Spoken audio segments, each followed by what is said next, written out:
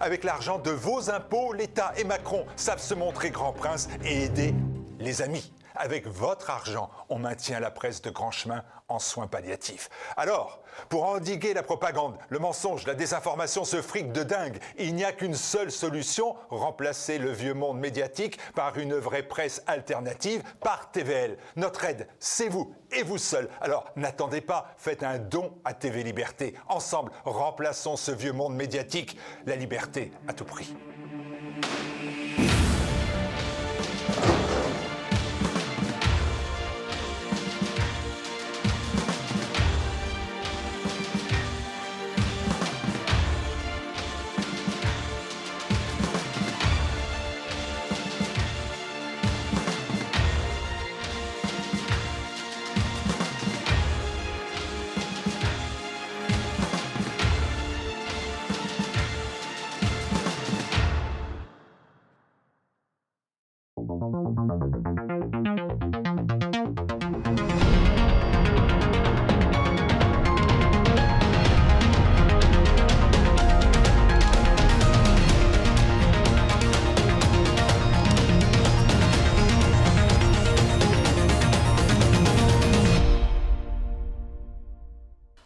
Bonjour à tous, on est jeudi et le jeudi c'est immédiat. Bonjour Jean-Yves. Bonjour Floriane. Alors Jean-Yves, aujourd'hui on a un programme assez chargé, à l'instar de la semaine dernière. On aura un dossier du jour qui va s'intéresser à l'Arcom. L'Arcom, vous le savez, c'est l'autorité de régulation de la communication audiovisuelle et numérique. Mais Jean-Yves, vous aimez l'appeler différemment. Oui, c'est l'autorité de renforcement de la censure sur les médias. Ce sont les ciseaux d'Anastasie, les ciseaux de la censure. Exactement. On continuera dans l'image de la semaine avec quelques exemples concrets sur le service public, puisqu'on s'intéressera particulièrement à deux cas qui ont eu lieu sur France 2 et sur France 5, complément d'enquête, et c'est ce soir pour ne pas citer les émissions. Et puis bien sûr, on n'oubliera pas les pastilles de l'info. Pour le portrait piquant de cette semaine, en partenariat avec Logim, j'ai choisi, en l'honneur de ce programme, de vous faire une petite rediffusion du portrait piquant de Delphine Ernotte. Delphine Ernotte, vous le savez, c'est la directrice générale de France Télévisions. C'est un peu la femme qui est au service de la propagande sur le service public. Immédiat numéro 516, c'est parti. L'Arcom, donc l'Arcom vient de sortir un dossier sur la diversité qui peine à exister, nous dit Libération. À quoi ressemble l'individu type qui passe à la télévision ? Eh bien, c'est un homme blanc, âgé, mais alors pas âgé, il est âgé entre 35 et 40 ans. Il est CSP+, en principe, et il vit dans un centre-ville. Et bien sûr aussi, il est valide. Voilà, il n'y a pas assez d'handicapés à la télévision, paraît-il. Donc, Libération nous dit que pour la diversité sociale, eh bien, il y a encore du boulot. Le rapport, il a été présenté le 15 novembre dernier, Jean-Yves. Il fait, par exemple, mention de la diversité de la société dans les médias, avec la représentation des personnes perçues comme noires, des personnes perçues comme arabes, des personnes perçues comme autres. Bon, pas de bol pour ceux qui sont dans cette catégorie. Et puis des personnes qui sont perçues comme étant asiatiques. On a également un petit encart de ce rapport qui est un peu plus spécifique. Il s'agit des activités marginales ou illégales qui sont représentées à la télévision.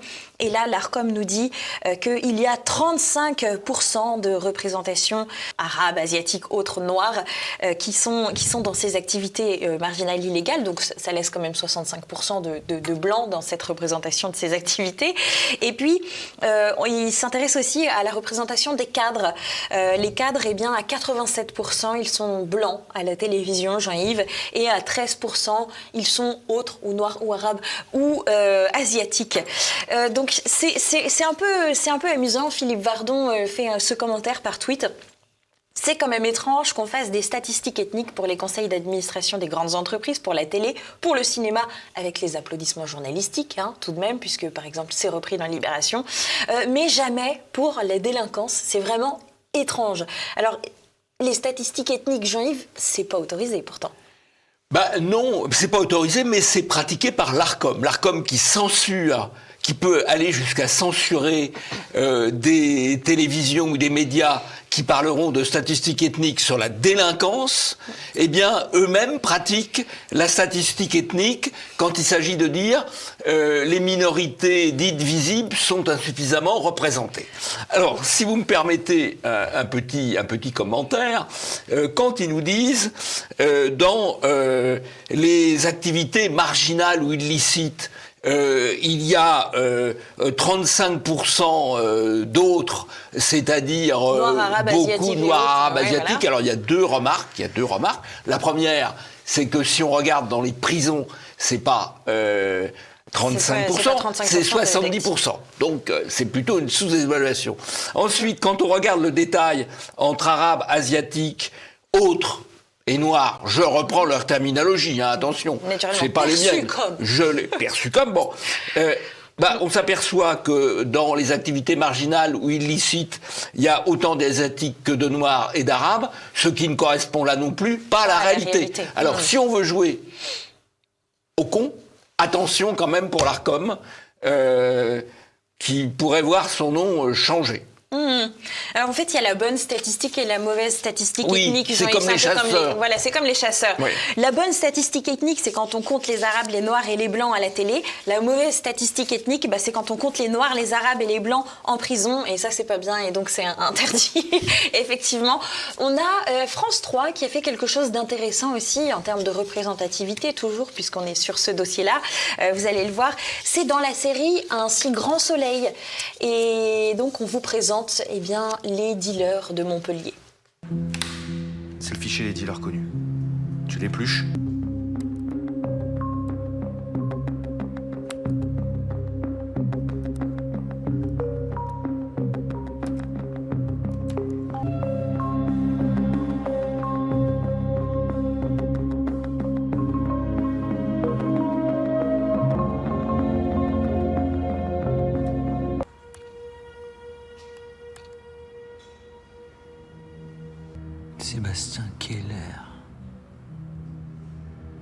Sébastien Keller.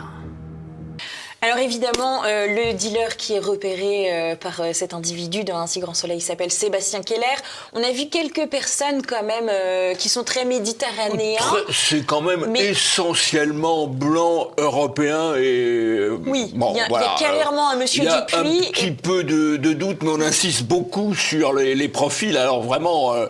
très blanc, voire blanc CSP+, quoi. Mais c'est sans doute la réalité du deal à Montpellier, hein, bien entendu. Voilà. Alors c'est le principe, au fond, du feuilleton.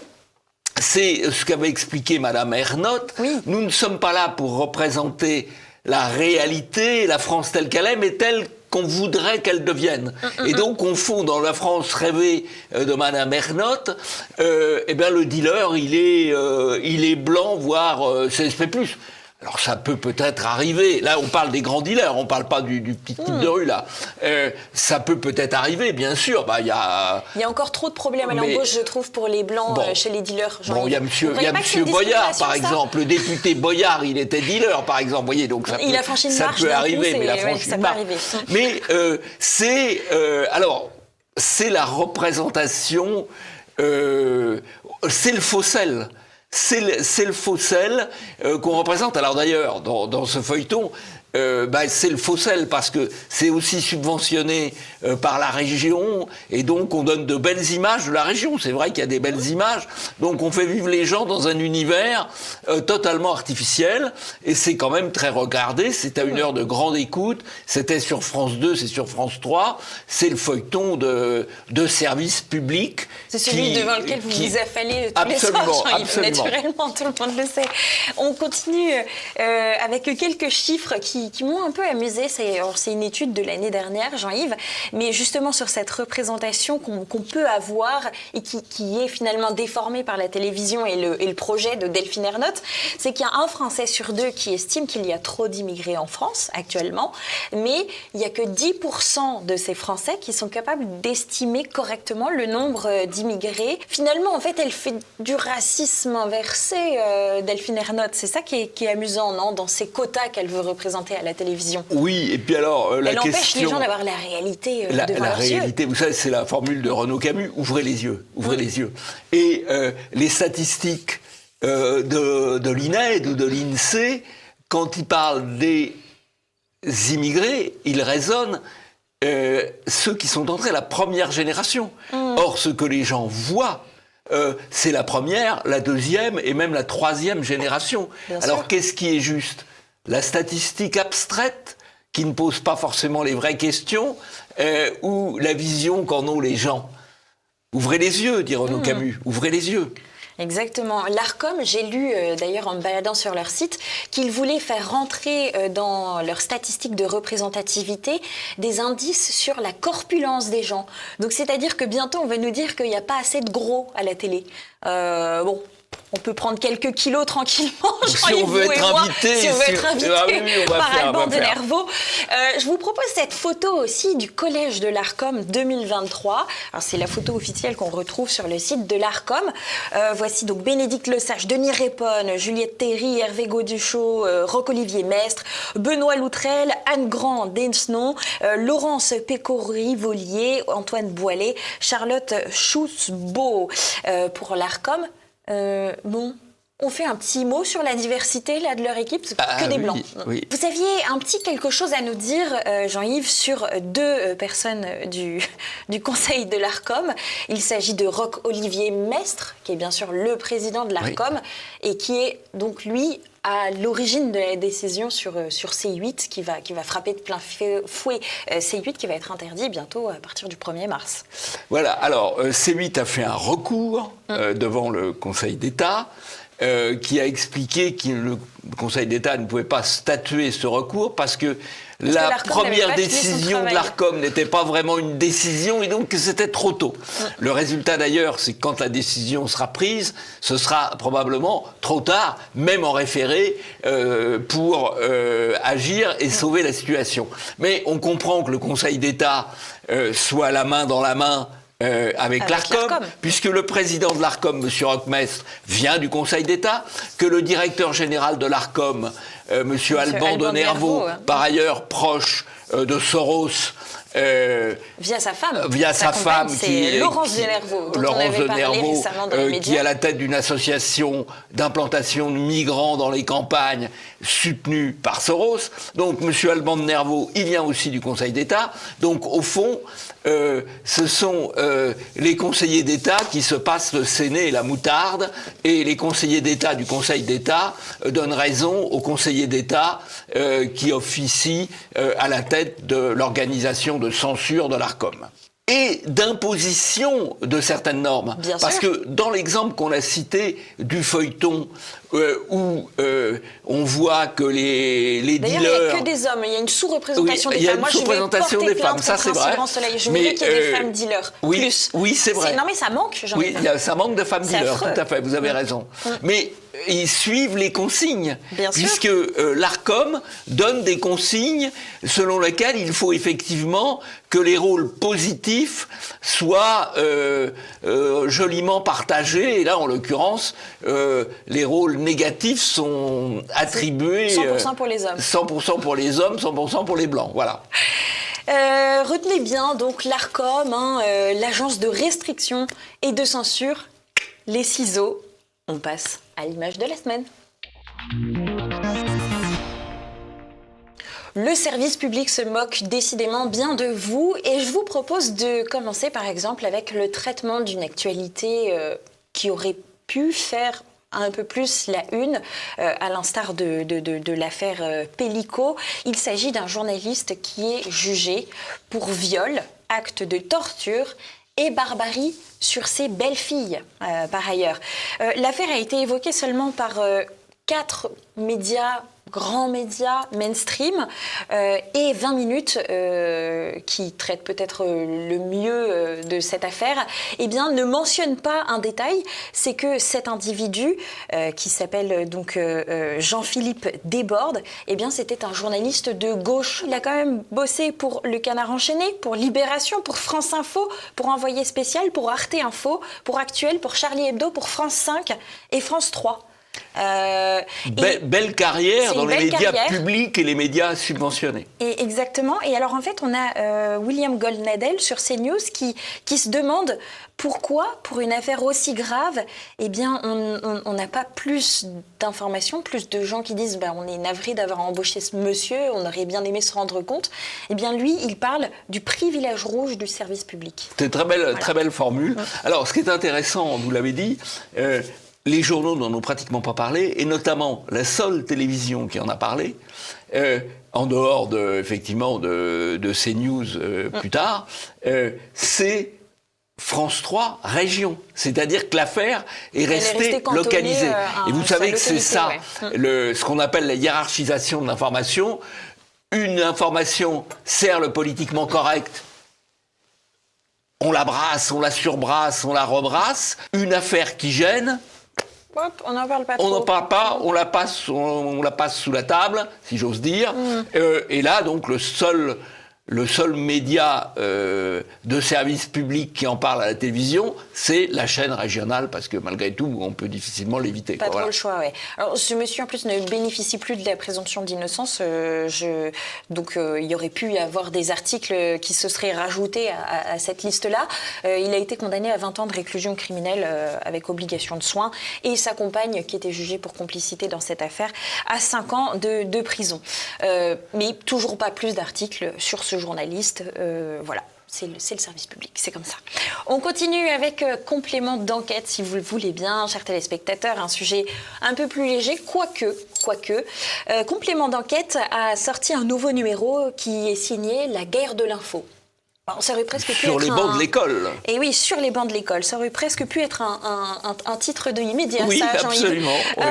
Donc, ce qui est très intéressant, c'est qu'ils ont mentionné le cas d'une infirmière qui, après un cours d'éducation à la sexualité, a été accusée de tenir des propos choquants à des élèves. Complément d'enquête nous dit aussi que ce reportage qu'ils font, ça sert à pointer certaines associations, je cite, ultra-conservatrices et figures d'extrême droite qui mènent une lutte acharnée contre l'éducation à la sexualité à l'école primaire. Vous savez que c'est une question qui fait énormément débat en ce moment.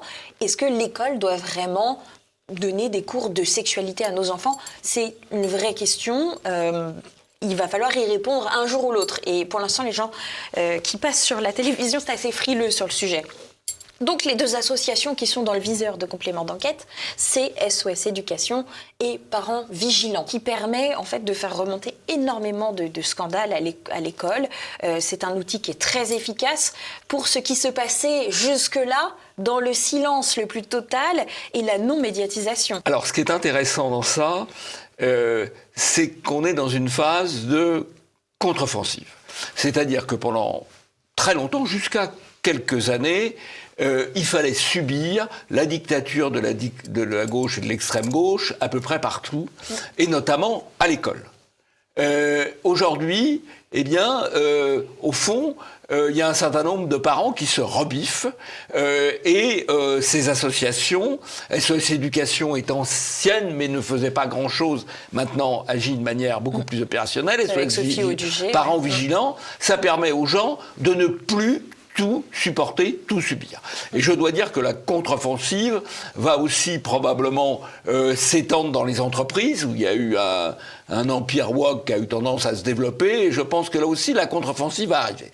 Il va falloir que les gens de gauche et d'extrême gauche, dans l'éducation, dans l'entreprise, dans la justice aussi, comprennent que leur dictature, on ne va pas continuer à la supporter indéfiniment et qu'il y a un instrument pour la combattre, et bien précisément, c'est la remontée d'informations à travers les réseaux sociaux. Exactement, et c'est la liberté d'informer et de choisir ses sources, naturellement. Alors évidemment, cette infirmière, donc puisqu'on continue sur cette dame, a été soutenue donc, dans complément d'enquête ensuite par Pape Ndiaye.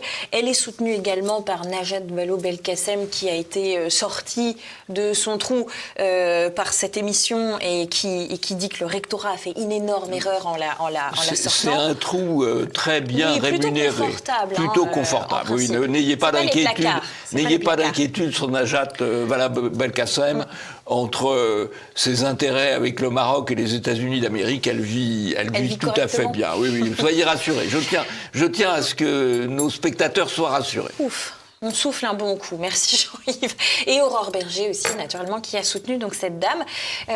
Dans le reportage, on la présente comme une femme apolitique qui aide les enfants et qui, d'ailleurs, leur permettait parfois de porter plainte contre des abus qu'ils auraient éventuellement vécus, ce qui est sans doute tout à fait vrai. Sauf que, en réalité, figurez-vous que cette dame est une élue d'extrême gauche, qui est relativement d'ailleurs incontournable dans le paysage local. Elle est également militante pro-trans, ça a été retrouvé sur ses réseaux sociaux, et présidente d'une association en soutien aux clandestins. C'est ce qu'on disait, Jean-Yves. Elle coche toutes les cases. Elle coche toutes les cases. Dans l'école, on peut faire de la propagande comme ça pour nos enfants. Et personne ne dit rien. Alors, on se moque du monde parce que, naturellement, on ne précise absolument pas son origine. En fait, ce qui est un peu intéressant, c'est dans complément d'enquête. Là, nous complétons l'enquête de complément d'enquête. Tout à fait. Voilà. Ce qui pose quand même le problème, c'est que ces dérapages de complément d'enquête ou de dévoyé spécial à répétition, l'ARCOM ne fait jamais d'observation. Jamais d'observation. L'ARCOM qui fait des observations toutes les semaines ou tous les mois sur C8, sur CNews, parce qu'ils disent des choses souvent exactes d'ailleurs, mais qui ne sont pas politiquement correctes, là, alors que c'est de la manipulation de l'information, l'ARCOM, silence télé. C'est les stories. On continue avec une affaire qui, cette fois-ci, s'est passée sur France 5. C'était une émission avec l'ami de tous les bons coups. J'ai nommé, bien sûr, Monsieur Snegarov, qui avait invité Benjamin Stora pour discuter de l'affaire Boualem Sansal. C'est un écrivain qui a été arrêté depuis le 16 novembre dernier en Algérie. Il a été arrêté en Algérie, il faut le préciser. Je vous propose d'écouter ce qu'explique Monsieur Benjamin Stora, qui est historien. Est-ce qu'on a le droit, moralement, de dire un « mais » quand on évoque l'arrestation d'un écrivain? Dire « il a été arrêté, mais est-ce que ce « mais-là, il pose pas un problème moral ?» C'est un problème moral, bien entendu. Mais on ne doit pas aussi ne pas avoir, disons, un débat intellectuel. C'est pas possible. Vous voyez, c'est des choses historiquement qui blessent le sentiment national. Sans justifier. Il faut faire attention, quoi. Alors, c'est formidable. Alors d'abord, qui est Snegarov? Vous en avez parlé. Snegarov, c'est l'homme qui a désinformé depuis 6 mois sur les élections américaines. Et donc, ayant désinformé brillamment, il continue de désinformer. La désinformation est un mode de sélection sur les médias de service public. Qui est Monsieur Benjamin Stora? Alors, Benjamin Stora, l'historien, voilà, c'est l'historien officiel sur la guerre d'Algérie depuis 30 ans. Il était moins gros au début, vous avez vu, là, il prend du volume au fur et à mesure. C'est l'historien officiel sur la guerre d'Algérie. Et c'est très simple, il développe le récit algérien sur la guerre d'Algérie. Et sur l'Algérie, c'est son fonds de commerce depuis 30 ou 40 ans. Et alors il dit cette chose extraordinaire. Oui, mais enfin, Monsieur Boualem Sansal blesse le sentiment national algérien. Blesse le sentiment national algérien. Alors que lui... blesse le sentiment national français depuis 40 ans.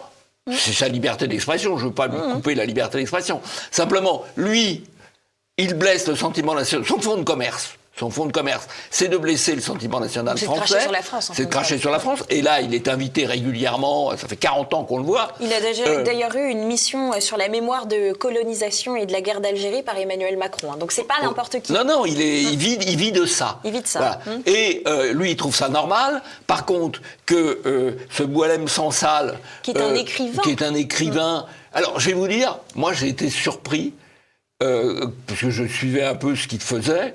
tout à fait. J'ai été surpris qu'il soit allé en Algérie. Parce que je trouve que c'était imprudent. Et ça n'a pas loupé. Et ça n'a pas loupé. Alors tout de même, c'est un ressortissant franco-algérien. je pense que le gouvernement français pourrait s'agiter un peu pour Je pense qu'actuellement, ils sont en train de faire des tractations. Le faire revenir. On voit bien que le service public, en tout cas, ne s'agite pas vraiment dans ce sens-là, Jean-Yves. Pas du tout. Et pourtant, c'est quand même étonnant de la part de gardiens de la liberté. Enfin, je veux dire, on a un écrivain qui est arrêté. Si jamais c'était... Il défend le camp du bien. Et lui, il a dit des choses, il est très critique sur l'islam. Il est dans le camp du mal.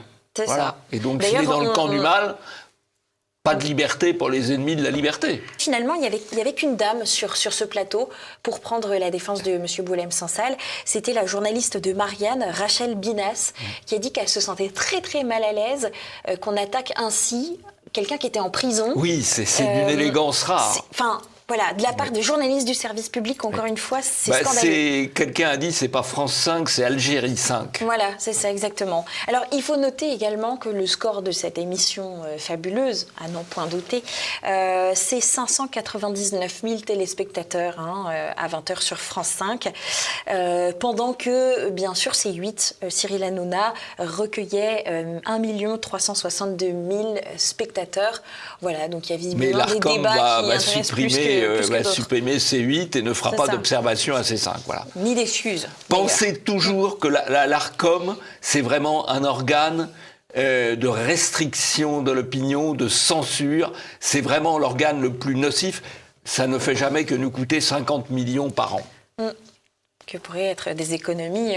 Voilà, des économies. De supprimer des jours fériés, par exemple. Oui. Par exemple, de vouloir supprimer des jours fériés, on n'y est pas encore. Et je vous propose ce tweet de Destination Télé qui revient sur un article de Challenge. Brut, c'est politique, Renaud Levenkim enquête sur le producteur le plus puissant de Paris. Alors ce producteur, Jean-Yves, il a été viré de Canal+ par Bolloré et on dit, l'article de Challenge dit qu'il renouvelle l'information de la génération Z et qu'il cartonne sur ses politiques sur France 5 grâce à son intelligence émotionnelle. Renaud Levenkim, c'est aussi le propriétaire de Brut, Jean-Yves. C'est aussi, donc il produit via Together Media, c'est sa boîte. Il est donc sur ses politiques. C'est amusant. Il est sur C'est ce soir, c'est amusant aussi, et l'émission par exemple En Société également, dont on parle de temps en temps. Donc il y a d'un côté l'empire Bolloré et de l'autre le camp du bien. Le camp du bien, l'émotionnel au service du politiquement correct. Eh bien écoutez Jean-Yves, sur cette belle conclusion, passons au pastille de l'info. Je vous propose d'atterrir, telle la fusée Starship, sur X. Et les départs qui continuent, c'est désormais Greenpeace qui va nous quitter, chers amis. Une annonce terrible, bien sûr, qui est reprise par le journaliste Paul Sugy qui est journaliste au Figaro, qui dit que par cette décision, Greenpeace fait bien davantage qu'Elon Musk pour réduire la désinformation sur le réseau. Greenpeace qui déroule donc un thread pour expliquer pourquoi est-ce qu'ils partent de X. Ils disent « Nous avons créé le compte en 2007 pour contribuer au débat sur l'environnement, le climat, la biodiversité et la paix dans le respect des faits scientifiques. De nos valeurs, de non-violence et dans un cadre démocratique et constructif. Oui, mais ça, c'était avant. » Ce qui leur déplaisait, en fait, à Greenpeace, c'était les notes de la communauté. Et d'ailleurs, ça n'a pas loupé parce que sur ce tweet-là, dans le thread, pouf, les lecteurs ajoutent un contenu qu'ils jugent utile pour les utilisateurs avec des exemples sur les erreurs scientifiques qui ont été commises dernièrement, ces 3 derniers mois, par Greenpeace. Finalement, en fait, ce qui déplaît à tous ces gens qui partent de X, Jean-Yves, c'est que cette mesure de lutte contre les fake news, qui proposait une sorte de démocratie participative, ça met en exergue les mensonges de certains, et donc ils se sentent très mal à l'aise, ils s'en vont, quoi. Voilà, alors les notes de communauté sur Twitter, c'est extrêmement précieux, parce que ça donne un point de vue complémentaire, parfois contradictoire du tweet. Et donc, mais on a les deux. Si vous voulez, on a il y a le tweet et les faits et derrière ceux qui corrigent à tort ou à raison le tweet. Et quand on voit cela, on a une information complète. Voilà. Et ça, c'est extrêmement précieux et ça gêne évidemment beaucoup les gens de gauche ou d'extrême gauche qui ne sont pas dans cette logique de confrontation d'opinion. Pour eux, il y a une opinion qui est la bonne, qui est la leur. Ils n'admettent pas qu'on puisse rechercher la vérité ou approcher la réalité à partir de points de vue complémentaires ou contradictoires. Et c'est, je pense, le génie de Musk d'avoir permis ces notes de communauté. On ne supprime pas. Dans le système antérieur, il y avait des suspensions arbitraires. Là, on ne supprime pas. Éventuellement, on corrige. Je veux dire que Musk, d'ailleurs, a été tout à fait beau joueur, puisqu'il y a eu des notes de la communauté sur ses propres tweets. Voilà. Mais ça permet d'avoir une vision équilibrée des choses, ce que la gauche et l'extrême gauche n'admettent pas. Est-ce que ces notes de communauté, cette participation finalement, ça ne vous rappelle pas quelque chose? Moi, ça me fait penser à Wikipédia qui est envahi par des hordes de correcteurs, souvent d'extrême gauche d'ailleurs, qui s'acharnent sur certaines pages. On en avait consacré un immédiat sur la question. Notamment, il y avait Jean-Paul Gourevitch qui avait été victime d'une guerre d'édition avec plus de 200 modifications en une journée sur sa page, ce qui est quand même énorme.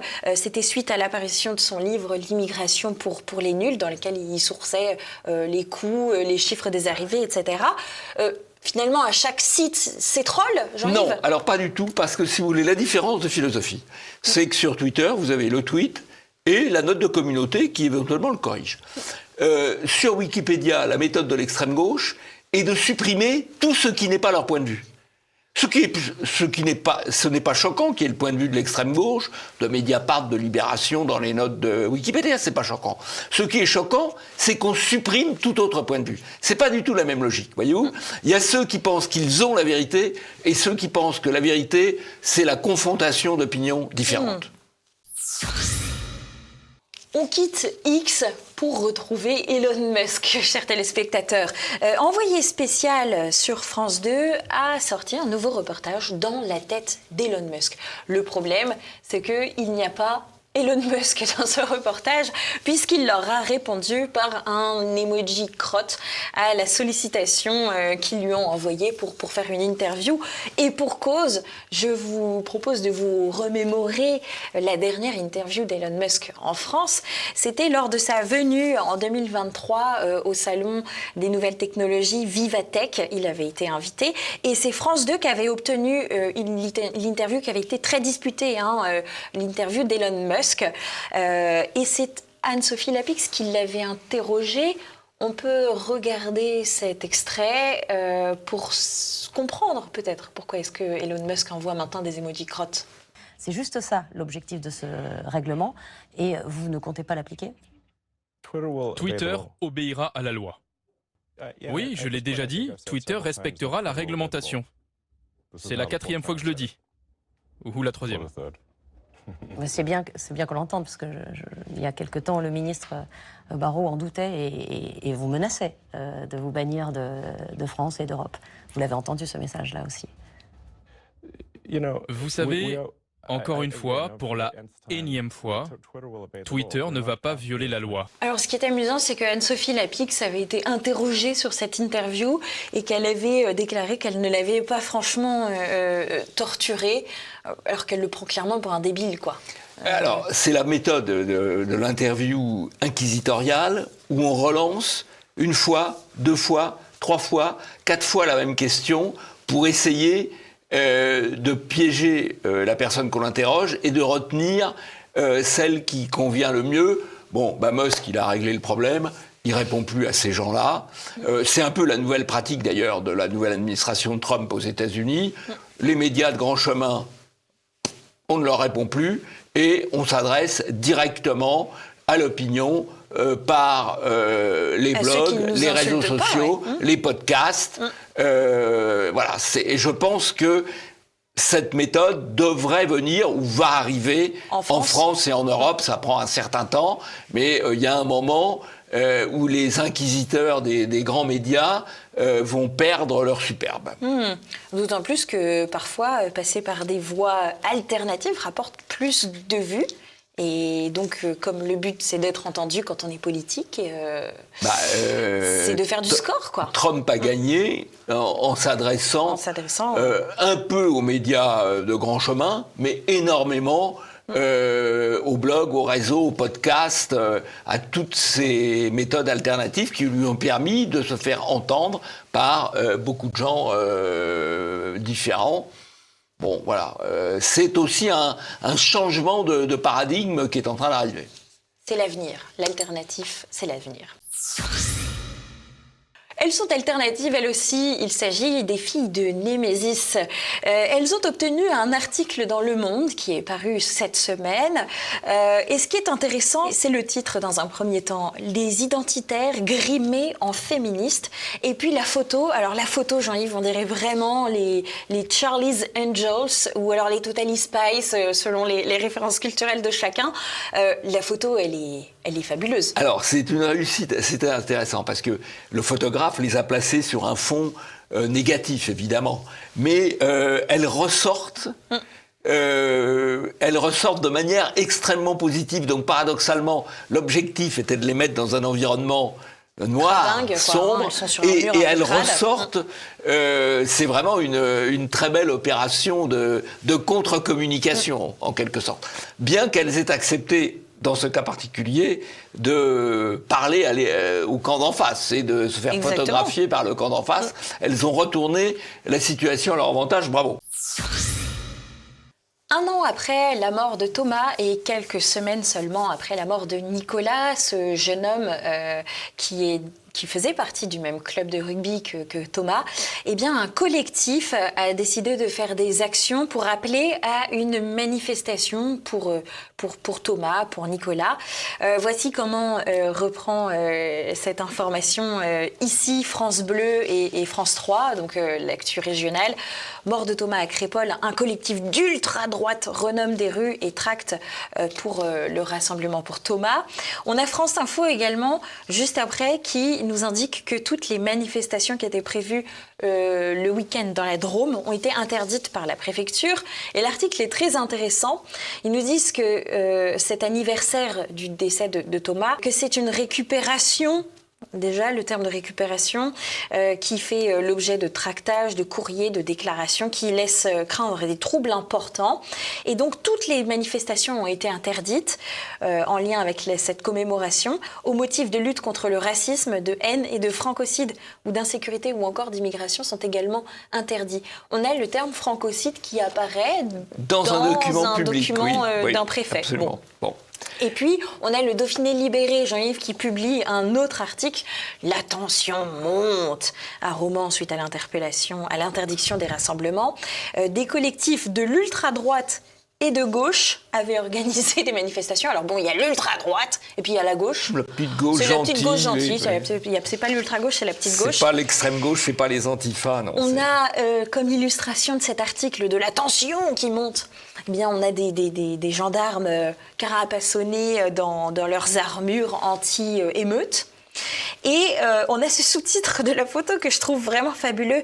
Ces événements étaient redoutés par les Romanais, déjà très contrariés que leur ville soit devenue tristement célèbre après la médiatisation du drame de Crépol et la mort récente de Nicolas. Alors le Dauphiné libéré parle au nom des Romanais maintenant. Oui. Alors il y a un dernier point qui est intéressant, même central, c'est qu'on ne pose nulle part la question de la liberté de réunion et de manifestation. Alors qu'il y a seulement 10 jours, ou 2 semaines plus exactement, lorsqu'il y a eu le match France-Israël. Il y a eu un gala de soutien au Grand Israël qui s'est tenu à Paris. Il y a eu des manifestations pro-palestiniennes. Et le préfet de police de Paris a expliqué, on trouve son texte sur Polémia, je recommande la lecture, a expliqué, malgré les risques à l'ordre public, malgré les risques à l'ordre public matériel, les gens qui se tapent dessus, ou à l'ordre public immatériel, les gens qui tiennent des propos considérés comme appelant à la haine, que malgré tous ces risques, il autorisait ces séries de manifestations pour défendre la liberté d'expression. Et que pour cela, il a mis en action 4000 policiers. Alors, si on défend ce que je ne peux qu'approuver, la liberté d'expression et de manifestation des pro-israéliens, des pro-palestiniens à Paris, pourquoi on interdit les manifestations identitaires françaises à Romans-sur-Isère? Il y a vraiment un 2 poids 2 mesures qui est extrêmement choquant. Et qui devrait être relevé par la presse, et pas seulement, et par la presse nationale, qui devrait dire, mais enfin, qu'est-ce qui se passe? La liberté d'expression pour les uns, l'interdiction pour les autres, il y a quelque chose qui ne va pas. Le 23 novembre dernier, dans l'émission C'est l'Hebdo, est passée la mère de Lola. Lola, cette petite fille qui a été tuée il y a 2 ans maintenant. Et sur le plateau, il y avait Christophe Ondelat. Vous savez, c'est ce célèbre journaliste qui décrit toutes les affaires, tous les meurtres avec sa voix bien connue, bien particulière. Je vous propose d'écouter ce qu'il a dit face à la mère de Lola sur l'aide médicale d'État. Il y a eu toute une polémique politique dont vous avez voulu vous sortir à l'époque, puisque cette affaire a été très récupérée par l'extrême droite, au prétexte qu'elle était sous OQTF et que donc c'était la démonstration encore que les étrangers sans papier sont dangereux. Nous avons là la preuve. Alors elle n'a jamais été suivie en psychiatrie, cette femme. Enfin, on a là la preuve que l'aide médicale d'État est bien utile. Bien sûr. C'est-à-dire qu'il eût été idéal que cette femme sans papier puisse être soignée dans les services psychiatriques, qu'elle prenne des médocs qui vont bien, etc. Donc on a là une preuve flagrante que l'aide médicale d'État est indispensable. Que ces gens-là, fussent-ils sans papier, ont aussi besoin d'être soignés, y compris sur le plan psychiatrique. Jean-Yves, la personne ne lui répond rien et pourtant c'est très grave ce qu'il dit. Si je reformule, concrètement, il explique que l'argent des Français doit aider des étrangers illégaux sur le territoire à ne pas commettre de meurtre. Je rappelle qu'il parle de cette dame qui était sous OQTF, Dabia. Et par ailleurs, ce que je trouve assez amusant, c'est que chez les droits de l'homiste, eh bien, il faudrait considérer d'office les étrangers comme potentiellement tous fous et dangereux. Qu'il faudrait leur proposer des soins psychiatriques d'office. Ça, c'est du racisme messianique de gauche, quoi. Absolument. Alors, au lieu de dire l'OQTF aurait dû être appliqué, il dit il aurait dû être soigné. Elle aurait dû être soignée, pardon, c'est une femme. C'est à cause de l'AME qui n'a pas été suffisamment efficace et c'est bien la preuve que c'est l'inversion totale de la réalité, comme toujours sur ces grands plateaux. Et ce qui est intéressant... Alors, il a été très fâché d'être mis en cause sur les réseaux sociaux, M. Ondelat, là. Ah oui, ça n'a pas dû lui plaire. Non, là, il a été extrêmement fâché, là, oui. Ça n'a pas dû lui plaire. Vaincre ou mourir est passé sur C8 et on a Télé Loisirs qui a fait cet article très habile, je trouve. L'histoire vraie de Charette, jouée par Hugo Becker dans le film. Vous vous souvenez pourtant à l'époque de la sortie de ce film, Vaincre ou mourir, on avait des titres tels que celui du Monde, le film Vaincre ou mourir, une relecture biaisée des guerres de Vendée au service de la droite identitaire. Là, on n'a pas tout à fait le même titre, je trouve ça intéressant. Et puis, je vous propose d'écouter une interview d'Hugo Becker à qui une journaliste du Figaro avait posé une question. On écoute ça tout de suite. Le peuple vendéen a été décimé. C'est un parti pris plutôt incorrect aujourd'hui. Moi, ce qui m'a le plus intéressé dans ce film, c'est pas ça. En France, on fait assez peu de films historiques. Plutôt que l'histoire soit racontée, nos histoires soient racontées par des productions américaines ou anglo-saxonnes, qu'on puisse la raconter nous. Ce film-là, il raconte une histoire qui, pour moi, est universelle et atemporelle. Ce serait dommage de faire un procès d'intention sur l'histoire elle-même, parce que cette histoire, elle a existé, c'est un fait. Et ce qui est intéressant, c'est justement d'en débattre, regarder en arrière pour mieux avancer, et ne pas reproduire des bains de sang d'une telle atrocité. Ça, Jean-Yves, c'est la preuve que quand on assume, on continue à avoir une carrière. Ah oui. On a le droit de continuer à exister. Bien sûr. C'est très bien ce qu'il dit. C'est très bien. C'était il y a un an, mais... Bon, et c'est normal qu'il y ait des angles différents du même événement. Alors, il y a eu longtemps l'angle révolutionnaire où les massacres étaient justifiés. Maintenant, il y a l'autre vision du côté du peuple vendéen en révolte contre les abstractions républicaines. C'est une vision complémentaire, c'est l'histoire. Alors, ce qui est intéressant quand même, c'est que c'est repris sur C8. Je crois qu'il y a eu une belle audience. Et voilà, et on comprend pourquoi il s'agit aussi de fermer C8. C8. Il ne faut pas permettre à des films politiquement incorrects d'avoir, après la vie en salle, une deuxième vie sur les chaînes de télévision. D'où la censure. La boucle est bouclée et l'émission va se terminer. Et on se retrouve après cette belle transition de Jean-Yves pour vous dire au revoir et à la semaine prochaine. Mais on ne se quitte pas, bien sûr, sans vous parler du portrait piquant qu'on vous diffuse cette semaine. Il s'agit d'une rediffusion du portrait piquant de Delphine Ernotte, la patronne de France Télévisions. Et puis, je voulais vous dire aussi que vous pouvez regarder, n'hésitez pas à le faire, le numéro spécial d'Immédiat sur l'Arcom. C'était passé l'été dernier. Je vous mets le lien juste en dessous. N'hésitez pas à aller le voir. Vous voyez, on continue de travailler en partenariat avec mon remplaçant dans cette émission. Jean-Yves, on se dit à la semaine prochaine. Et puis, on souhaite à nos téléspectateurs de bien se porter d'ici là et à l'actualité d'être riche pour qu'on se retrouve en forme. Delphine Ernotte, née en 1966 à Bayonne, a fait toute sa carrière à France Télécom, devenue Orange, avant de devenir la patronne de France Télévisions. Elle est diplômée de l'École centrale de Paris. Elle rentre à France Télécom en 1989 comme analyste financière et sera tour à tour ingénieure économiste, directrice de la communication et enfin directrice générale en 2011. À la surprise générale, le 23 avril 2015, Delphine Ernotte est élue par les membres du CSA, le Conseil supérieur de l'audiovisuel, à la présidence de France Télévisions pour une durée de 5 ans.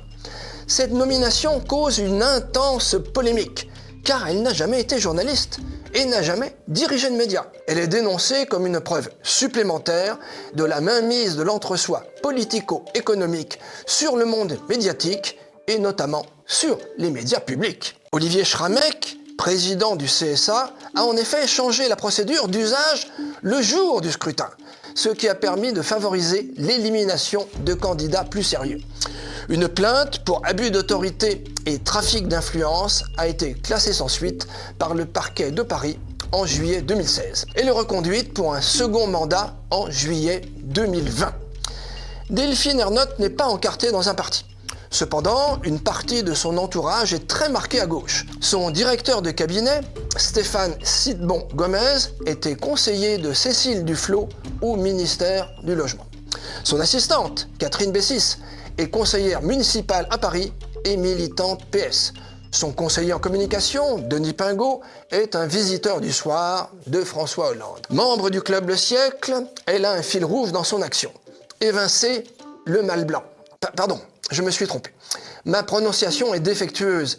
Éliminer le mâle blanc de l'antenne et de tous les services de France Télévisions. Je cite sa déclaration, surprenante, sur Europe numéro 1 le 23 septembre 2015. Je cite, « Il faut impérativement que France Télévisions soit à l'image, résonne avec son public. Et honnêtement, en arrivant, mon premier constat, c'est que ce n'est pas le cas. On a une télévision d'hommes blancs de plus de 50 ans.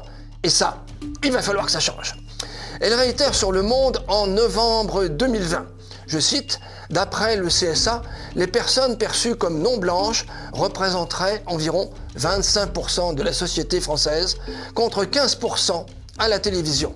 On a un énorme rattrapage à faire. Ce sera le fil rouge de mon nouveau mandat. » Fin de citation. 200 ou 300 000 migrants extra-européens s'installent en France chaque année. Delphine ne va pas manquer de candidats.